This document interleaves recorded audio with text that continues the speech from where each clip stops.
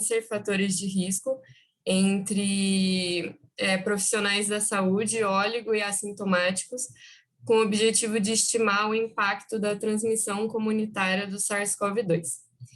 E esses são os autores do artigo. Dentre esses autores, o Pedro está aqui presente. E seguimos. Antes da gente começar, uma dúvida que eu tive quando eu comecei a ler o artigo. O que é soroprevalência?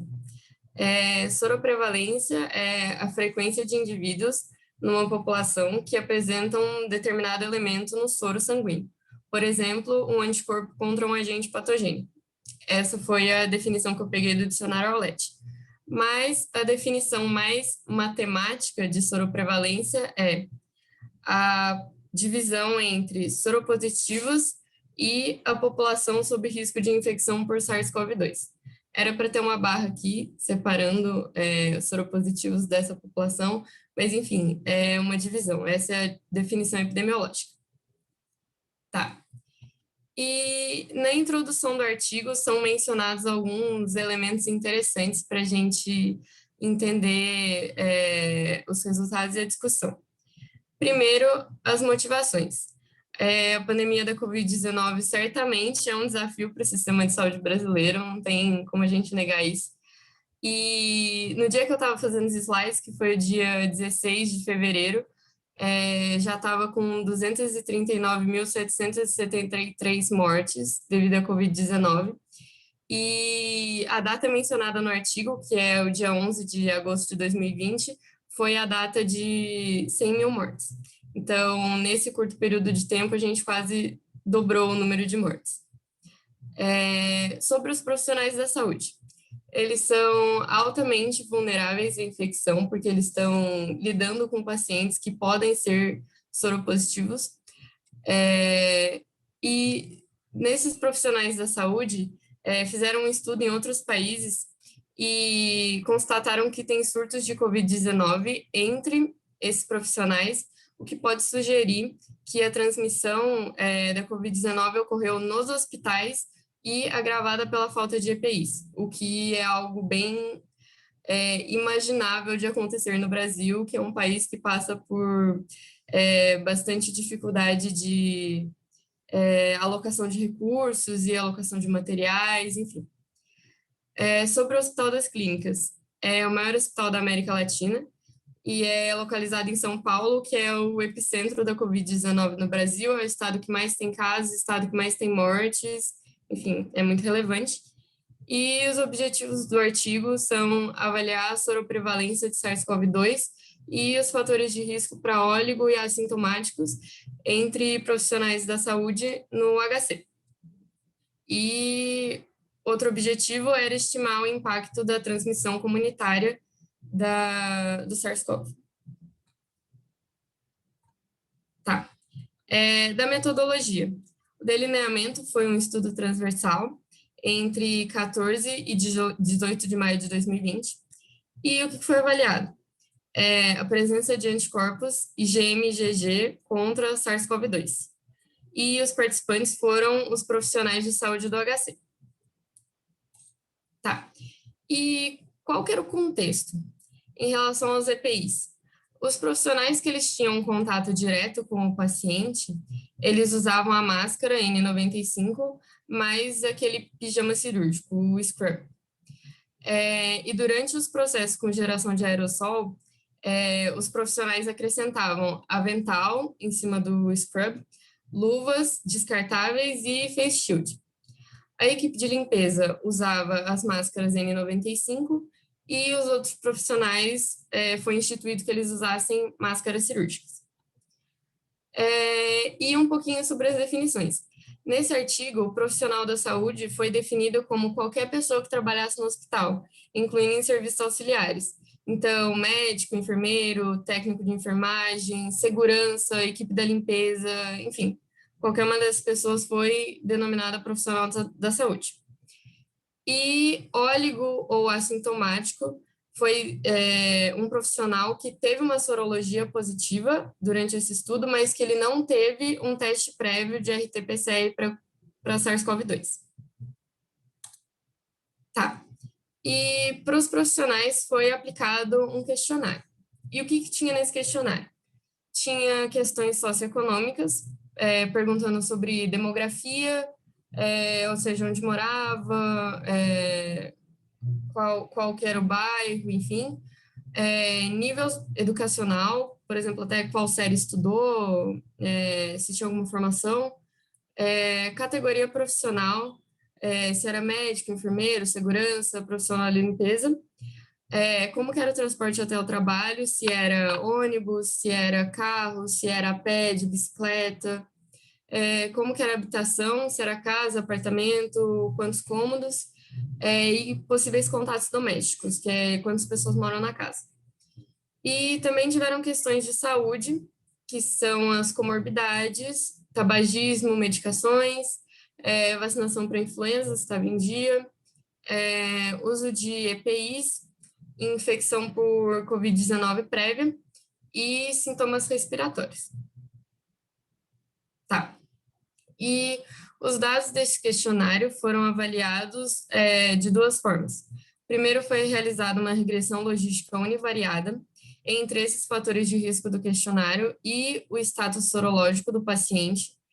E depois foi realizada uma regressão logística multivariada. E o que estava nessa regressão? Nessa segunda. A princípio, eles incluíram a idade, o sexo e a categoria profissional. E, além dessas três variáveis, eles incluíram as variáveis que tiveram o P menor que 0,05, ou seja, as variáveis estatisticamente relevantes. Tá. Dos resultados. Tem esse fluxograma mostrando mais ou menos qual foi o fluxo dos profissionais que eles pegaram para fazer o estudo. E daí, o número total de pacientes inicial, de profissionais inicialmente, era de 5.645. E daí, dentre esses profissionais, 875 eram soropositivos. Daí, se eles tivessem um teste prévio para Covid-19, eles foram excluídos do estudo.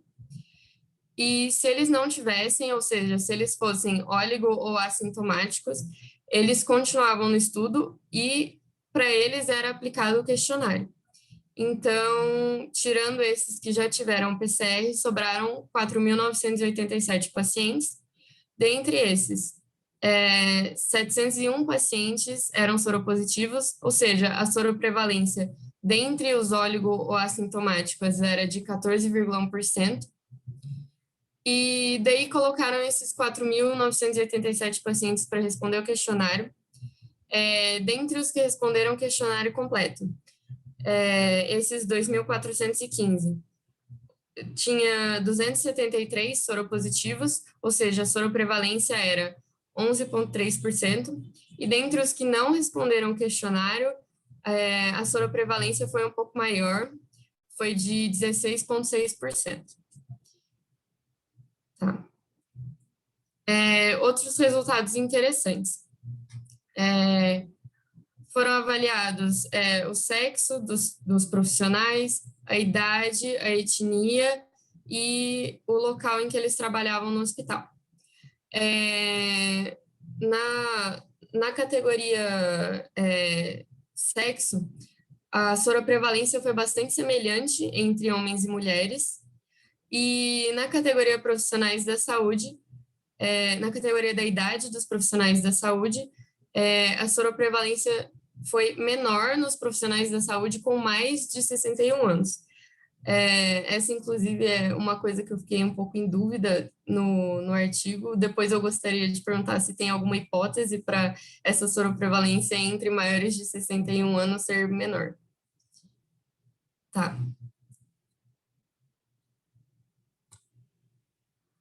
E aqui, os fatores que no estudo foram associados a maior soroprevalência foram baixo nível educacional, que o odds ratio ajustado na regressão logística multivariada foi de 1,93, em comparação com pós-graduados. Então, as pessoas de nível socioeducacional menor têm 1,93% a chance de serem soropositivos em relação às pessoas que são pós-graduadas. Uso de transporte público foi outra variável, o que faz sentido. O odds ratio foi de 1,65 em comparação com os profissionais que usam carro para ir até o trabalho e trabalhadores de limpeza e segurança. O odds ratio foi bem maior, foi de 10,1 em comparação com médicos. E esse é, inclusive, um outro ponto que me deixou intrigada, porque, em tese, profissionais de segurança, por exemplo, têm um contato com diversas pessoas, mas é um contato muito menos prolongado, em comparação com médicos, com enfermeiros e outros profissionais que estão ali convivendo com o paciente. Então, não sei se talvez seja porque os EPIs são diferentes, se é porque usam só máscara cirúrgica, não sei, não consegui pensar em muitas outras hipóteses, mas fiquei intrigada com isso também. Tá. Agora, fatores que eu achei que foram curiosos, que não foram associados à maior soroprevalência. EPIs, ou o uso de um EPI em particular, por exemplo, o uso de uma máscara específica, ou o uso de luva em específico, de face shield em específico, não foi associado à maior soroprevalência. A presença de comorbidades, como doença cardíaca, hipertensão, diabetes, asma, DPLC ou obesidade, e tomar medicações como antihipertensivos, hipoglicemiantes, esteroides ou imunossupressores. Também fiquei com essa pulga atrás da orelha enquanto eu estava lendo o artigo, porque eu pensei que pelo menos comorbidades fosse ser um fator associado a maior soroprevalência, não sei. Tá.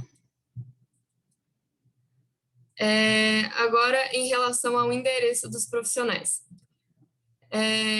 Considerando a distância média do trabalho, os soropositivos, eles moram mais longe do trabalho do que os soronegativos.